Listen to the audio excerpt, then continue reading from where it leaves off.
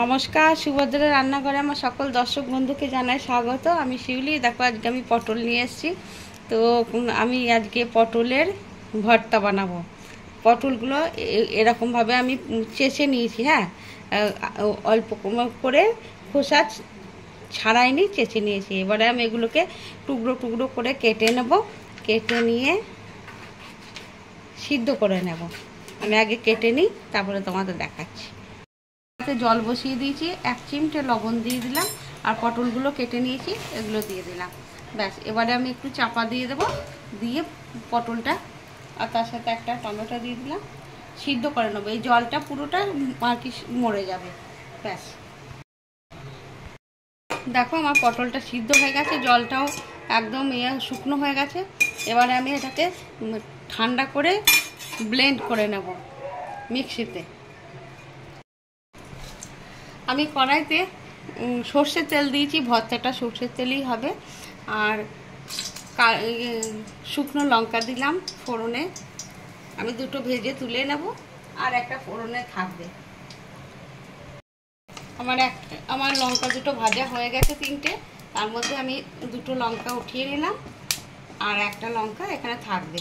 আর তোমরা যে যেমন ঝাল খাবে সেই রকম বুঝে লঙ্কার পরিমাণটা বেশ বাড়িয়ে বা কমিয়ে নেবে। আমি কালো জিরে দিলাম ফোড়নে। এবারে দেব কতগুলো রসুন দিয়ে দিলাম কতগুলো, আর কতগুলো পেঁয়াজ দিয়ে দিচ্ছি। একটু ভাজা ভাজা করে নেব রসুন পেঁয়াজটা, ব্রাউন করে।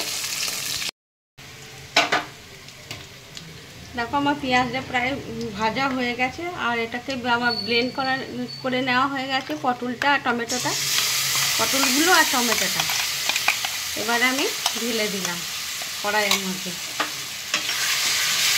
এবার এটাকে নাড়বো আমি ভালো করে, নেড়ে রসটা শুকিয়ে নেব। আর একটু হলুদ গুঁড়ো দিয়ে দিচ্ছি পরিমাণ মতো, আর একটু কাশ্মীরি রেড চিলি পাউডার দিয়ে দিলাম।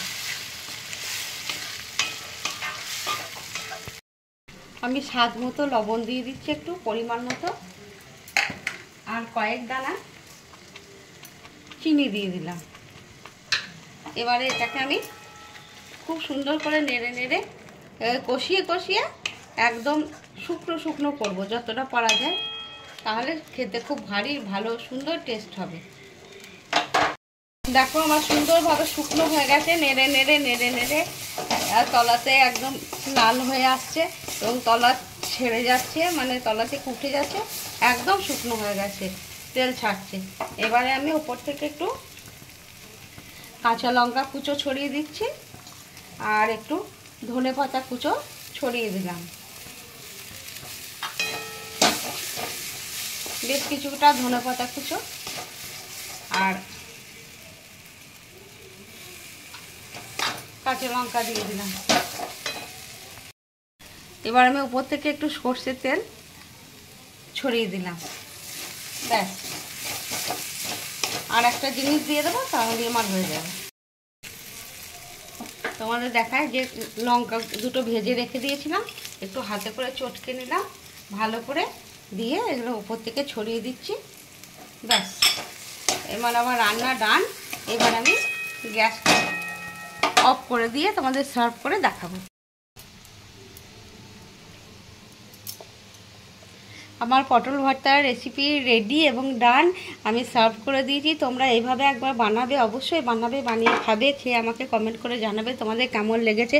ভীষণ ইজি ব্যাপার, আর খুব সহজেই রান্নাটা হয়ে যায়, খেতে অনবদ্য গরম গরম ভাতের সাথে। তোমরা একবার করে খেয়ে অবশ্যই দেখবে। আর তোমরা সবাই ভালো থাকবে, সুস্থ থাকবে। তোমাদেরকে সকলকে অসংখ্য ধন্যবাদ, অনেক ভালোবাসা। নমস্কার।